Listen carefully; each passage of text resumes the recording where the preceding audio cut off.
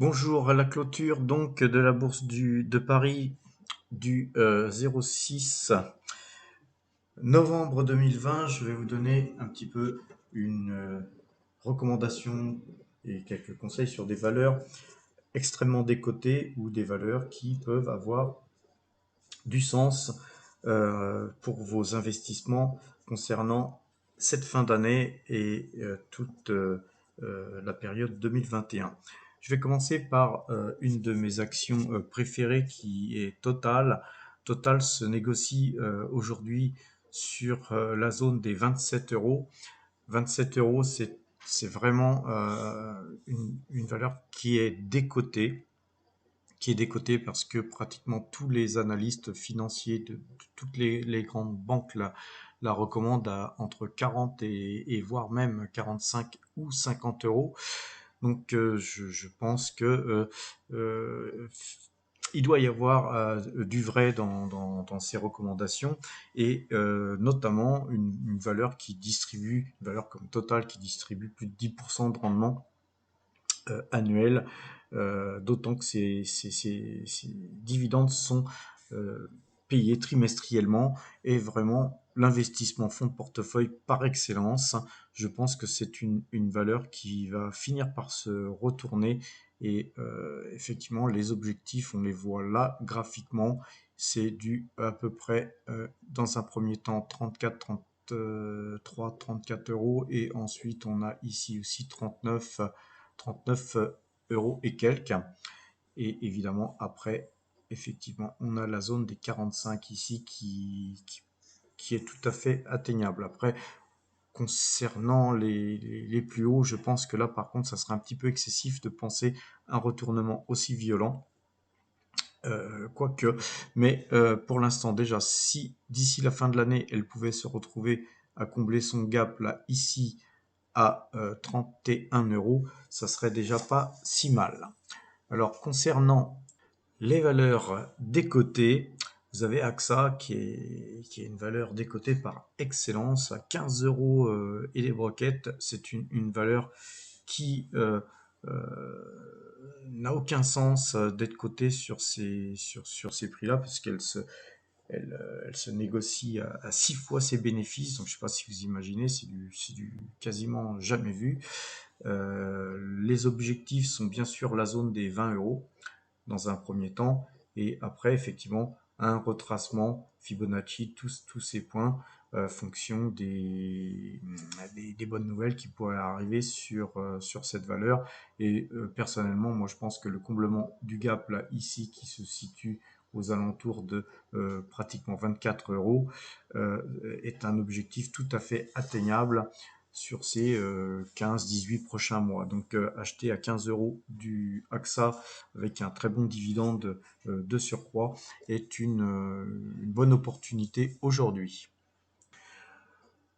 Dans le secteur bancaire, toujours une valeur très décotée, c'est Crédit Agricole. Alors Crédit Agricole dispose d'actifs à hauteur de 13,40 € alors qu'elle cote 7,43 € à la clôture de vendredi 6 novembre. Je pense aussi que c'est une valeur qui finira par se retourner au minimum sur les 12 euros. Donc c'est un pari à faire aussi, pareil sur le moyen long terme, hein, c'est sur les 15-18 mois, parce que la volatilité aidant, il est possible qu'on reste encore quelques temps dans la zone des 7-9 euros, mais une valeur extrêmement décotée. Dans la série, toujours dans les valeurs bancaires, des valeurs décotées, on a aussi BNP Paribas Banque Polska. Alors, la BNP Paribas, oui, a dansé la Polska, puisque une valeur qui était en 2015 à 80 euros se retrouve à 36,70 euros. C'est excessif, c'est une valeur qu'on peut commencer à mettre en portefeuille, d'autant qu'il y a des signaux qui commencent à s'annoncer. Donc, valeur extrêmement décotée aussi à mettre en portefeuille avec des objectifs peut-être pas à 80 dans dans les mois qui viennent, mais on peut très bien miser en fait sur ces points-là, c'est-à-dire les 61 euros, 60 euros. Voilà. À mettre en portefeuille aussi BNP Paribas Polska. Alors, dans la série, c'est quand c'est pas cher qu'il faut faire ses courses. On a Unibail Rodamco Westfield qui en fait est extrêmement décotée, elle aussi. Alors par contre, on est toujours vendeur sur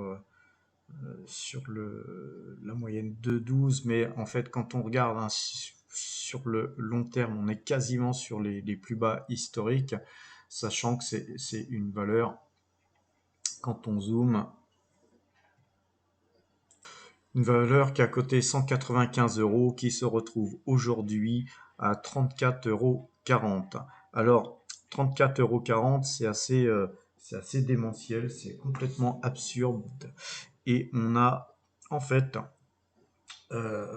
une décote démentielle, puisque fin novembre, les actifs de cette société étaient estimés à 129 euros. Donc des actifs estimés à 129 euros, même si à la louche, on estimait qu'il y ait des erreurs d'appréciation d'actifs de 50%, c'est quand même une société qui vaudrait au moins au bas mot 60 euros aujourd'hui. Et donc, je pense qu'on peut jouer effectivement le comblement du gap, même si c'est pas vraiment un gap avec les ombres. Mais je pense on peut aisément jouer la zone des 62 euros sur ce titre sur les 18 prochains mois, bien sûr. Alors maintenant, dans les valeurs qui sont loin d'être sous-cotées, puisqu'on est sur des plus hauts historiques jamais atteints. Moi, je vous conseille aussi Soitec, hein, qui vient de casser justement ses plus hauts historiques, mais c'est une très très bonne valeur dans les semi-conducteurs. C'est toujours intéressant d'avoir un petit peu de semi-conducteurs et d'or dans son portefeuille, parce que les semi-conducteurs, c'est quelque chose de très spéculatif. Et là, aujourd'hui, on voit bien que la moyenne de 12 est coupée, qu'on a un gap, et que là, en fait, on a une bougie qui est très très haussière. Donc il y a eu une petite prise de bénéfice. Il est possible qu'on, suivant les aléas de la bourse, qu'on revoie des plus bas. Si vous voyez des plus bas, c'est vraiment une valeur sur laquelle il faut se porter, parce qu'il y a beaucoup de croissance dans ce secteur-là. Et parfois il y a des pénuries dans les semi-conducteurs, ce qui augmente d'autant plus la spéculation sur ce type de valeur. Maintenant, je vous ai à peu près tout dit sur ce que je pensais des meilleures valeurs à mettre en portefeuille actuellement. On pourrait y ajouter pas mal d'autres valeurs, mais je vais en rajouter seulement quelques-unes. C'est surtout Thales, qui est une très très belle valeur à mettre en portefeuille, mais on a aussi des valeurs qui se comportent encore très très bien graphiquement, mais qui ont encore pas mal de potentiel. C'est Amazon, Google, Microsoft, toutes les GAFA, hein, Tesla. On a aussi ASML, et je finirai par Eurofins Scientifique, Stratorius et Cedim Biotech. Peut-être aussi un peu de Sanofi, qui dispose de 60 milliards de fonds propres avec un rendement de 4% et un pair de 13 fois les bénéfices, donc un price earning ratio très bas et assez décoté pour une valeur du secteur. Et dernière valeur que je ne conseille pas du tout aujourd'hui, mais qui doit être surveillée. Et en fait, ce qu'on va surveiller, c'est même pas trop les cours de la valeur qui se situent. On va les regarder à un niveau très bas. Cette valeur, c'est Air France. Alors Air France, qui a touché vraiment des plus bas historiques vraiment très très bas, parce qu'on l'a vu à 2,60 €. Néanmoins, c'est une valeur que moi je commencerai à mettre en portefeuille en dessous de 2 euros, hein, sur 1,50 €, 1,80 €, simplement en, en type de pari, quoi. C'est vraiment une valeur qui, dans l'état actuel des choses, ne mérite pas d'être en portefeuille. Par contre, il faut surveiller une chose, et ça, c'est pas du tout graphique, c'est pas du tout C'est pas du tout de la théorie sur une valeur en faisant une analyse macroéconomique. C'est uniquement la sortie d'un vaccin. Donc, si un vaccin sortait, forcément, on pourrait faire voyager les gens vaccinés et donc le secteur aérien reprendrait. Donc, en fait, cette valeur est vraiment liée à la sortie d'un vaccin.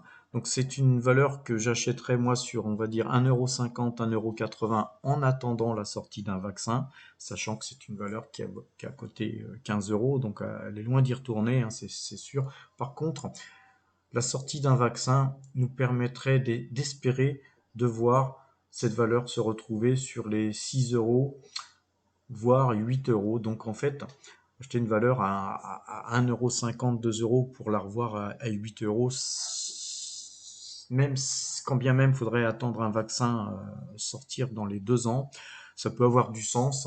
C'est un petit loto, hein, en espérant qu'elle ne fasse pas faillite avant. Donc on mettra jamais beaucoup d'argent sur ce type de valeur, même à 1,50 €, même à 1 € dirais-je. Par contre, à la sortie d'un vaccin, c'est vraiment la valeur qu'il va falloir mettre en portefeuille immédiatement, sans même attendre une configuration graphique ou macroéconomique. Alors par contre, restez prudent, c'est une valeur sur laquelle on ne met même pas 1% de son portefeuille, car c'est une valeur qui comporte quand même un grand risque. Voilà, je vous souhaite une bonne fin de journée et un bon week-end.